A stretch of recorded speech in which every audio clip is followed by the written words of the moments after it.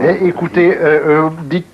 que je refuse de parler de ma vie personnelle. Je ne vois pas très bien de quoi j'ai parlé depuis une demi-heure, sinon de ma vie personnelle. Bon, la première chose que je pourrais vous dire, puis je vous dirais ceci, c'est que, bon, on a l'habitude de dire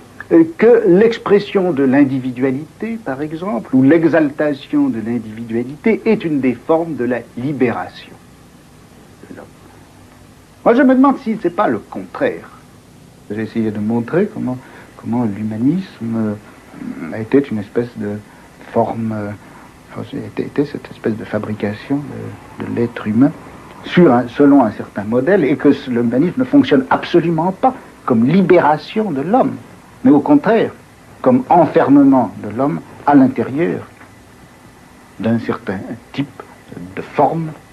qui sont toutes commandées par la souveraineté du sujet. Dans la mesure où se pose à moi, de façon peut-être un peu obsessionnelle, ce problème de la limitation, de l'exclusion, de l'assujettissement, du rapport de force et de subordination, bon, il est évident que le problème de la justice, de la loi, de la pénalité, de la police,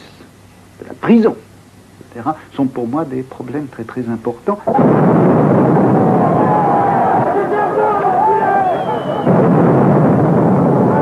Et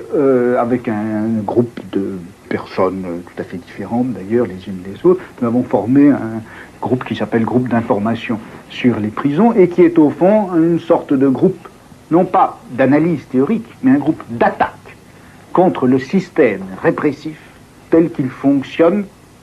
en France, vraisemblablement d'ailleurs dans les autres pays, mais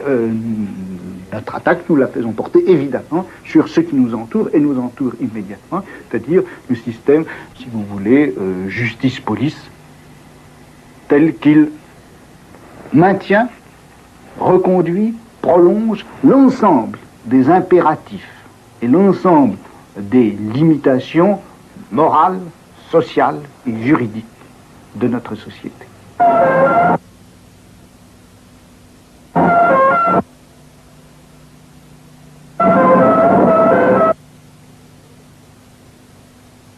Et puis, je vais vous dire à propos de ce que je dis, et ceci vaut pour l'interview que je suis en train de vous donner, je ne dis pas les choses parce que je les pense, je dis les choses pour ne plus les penser.